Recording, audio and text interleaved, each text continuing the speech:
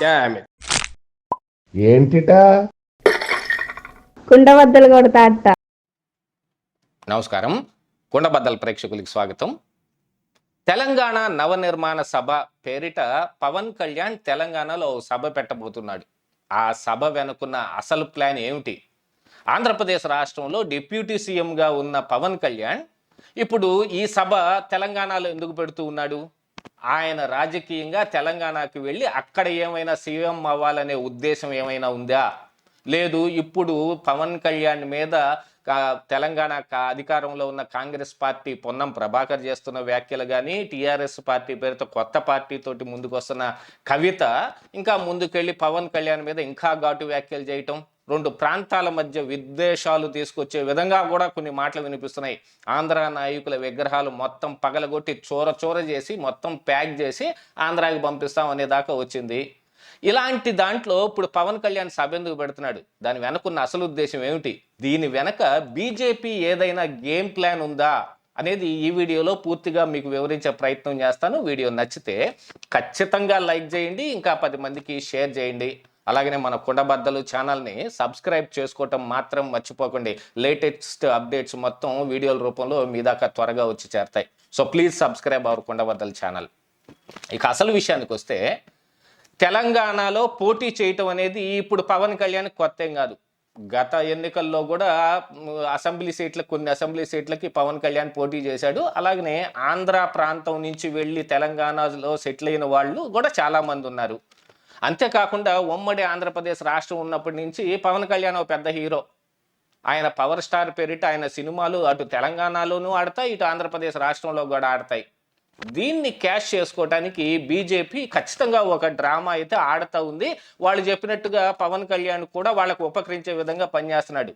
ఎందుకంటే మరో రాష్ట్రంలో డిప్యూటీ సీఎంగా ఉండి ఇంకో రాష్ట్రానికి వెళ్ళి అక్కడ తమ పార్టీని బలోపేతం చేసుకోవడానికి మరి ప్రయత్నం చేస్తున్నాడంటే, అది ఆయన అక్కడ తెలంగాణలో బలం పెంచుకొని సీఎం అవడానికి చేస్తాడా, లేకపోతే బీజేపీ తోటి ఇప్పుడు కూటమిలో ఉన్నాడు కాబట్టి బీజేపీకి ఉపకరించే విధంగా చేస్తాడా అనేది గనక ఒకటి తీసుకుంటే, ఇందులో బీజేపీ తమ బలం తెలంగాణలో చూపించుకోవడానికి, అధికారంలో రావడానికి చేస్తున్న విస్తృత ప్రయత్నం కనపడతానే ఉంది. దానికోసమే నరేంద్ర మోడీ కూడా హైదరాబాద్ వచ్చినప్పుడు మరొక వైపున తెలుగుదేశం పార్టీ అధినేత చంద్రబాబు నాయుడిని కలిశాడు. అలాగనే పవన్ కళ్యాణ్ ఇంటికి వెళ్ళి కూడా పరామర్శించి వచ్చాడు. ఆ తర్వాత రేవంత్ రెడ్డి తోటి మరి ఈ సభని షేర్ చేసుకున్న సమయంలో కూడా రేవంత్ రెడ్డికి కూడా బంపర్ ఆఫర్ ఇచ్చాడు, మాతో కలిసి చూడండి మిమ్మల్ని ఎక్కడికో తీసుకెళ్తామని. కాకపోతే ఆల్రెడీ తెలంగాణలో రేవంత్ రెడ్డి సీఎం అయి ఉన్నాడు. మరి ఇంకెక్కడికి తీసుకెళ్తాడు? కేంద్రానికి తీసుకెళ్ళి ప్రైమ్ మినిస్టర్ ఏమైనా చేస్తాడేమో మనకు తెలియదు. కానీ ఇది ఎప్పటి నుంచో నడుస్తున్న వ్యవహారమే. కాకపోతే ఇలాంటి ఒకటి తెరపైకి రాగానే ఇప్పుడు మరి తెలంగాణలో ఉన్న నాయకులు, అటు అధికారంలో ఉన్న నాయకులు, ఇటు విపక్షంలో ఉన్న నాయకులు ఘాటైన వ్యాఖ్యలు చేయటం మొదలుపెట్టారు. గతంలో పవన్ కళ్యాణ్ మాట్లాడిన మాటలన్నీ బయటకు తీస్తూ ఉన్నారు. దీని వెనక ఏం ఉద్దేశంతో వాళ్ళు మాట్లాడుతున్నారు అనేది ఒక రకంగా ఉన్న రాజకీయ ఉద్దేశాలు ఉన్నట్టుగానే తెలుస్తున్నా, రెండు ప్రాంతాల మధ్య కొద్దిగా విద్వేషాలు రేగొట్టే విధంగా ఉన్నాయి.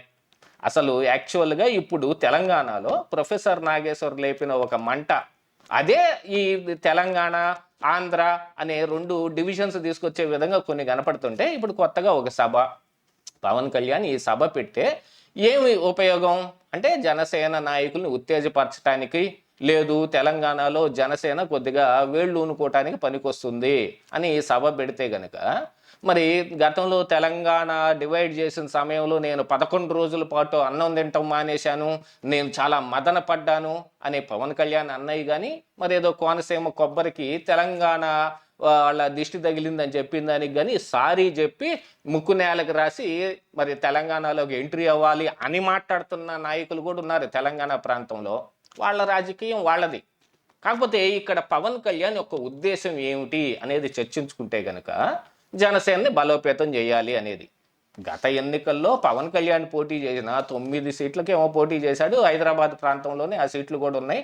ఆంధ్ర సెటిలర్స్ వాళ్ళు కూడా ఏమీ పవన్ కళ్యాణ్కి ఏమీ పెద్ద పట్టమేం కట్టలేదు.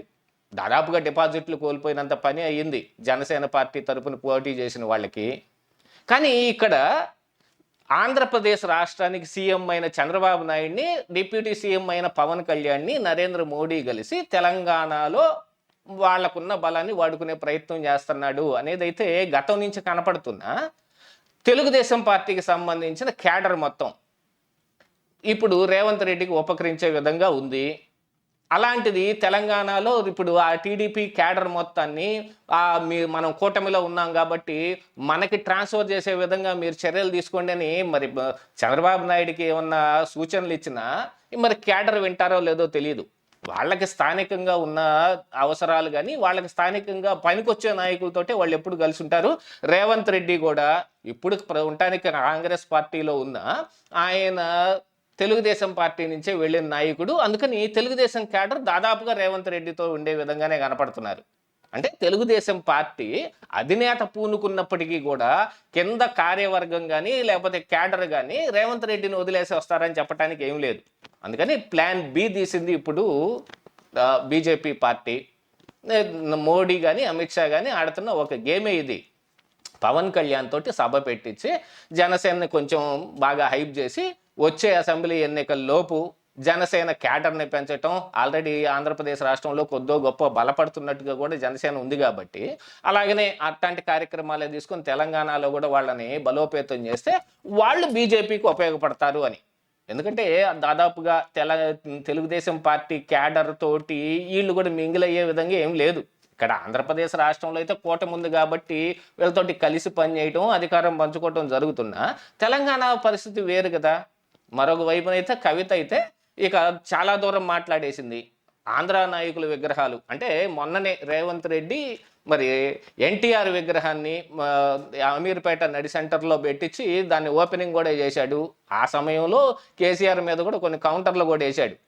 ఇదంతా తిప్పి తిప్పి తీసుకొచ్చి ఆ విగ్రహం దగ్గరకో రేవంత్ రెడ్డి మీదకో లేదు ఆంధ్ర వాళ్ళు ఇప్పుడు గతంలో కేసీఆర్ మాట్లాడేవాడు చూడండి, ఏమిటి రాబాయ్ అది గోంగూర, మనం ఎంత మంచిగా అంటాం కుంటుకూర అని.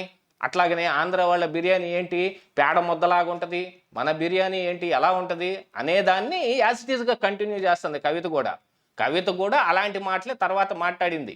ఏది పార్టీ పెట్టక ముందునైనా టీఆర్ఎస్లోంచి బయటకు వచ్చిన బీఆర్ఎస్లోంచి బయటకు వచ్చిన తర్వాత అయినా కూడా అలాంటి మాటలు మాట్లాడి కొంత విద్వేషం రేగొట్టే విధంగానే ఆవిడ కూడా ఉంది. ఎందుకంటే ఆవిడ పార్టీ ఇప్పుడు అక్కడ మూడో ప్రత్యామ్నాయంగా తయారవ్వాలనేది.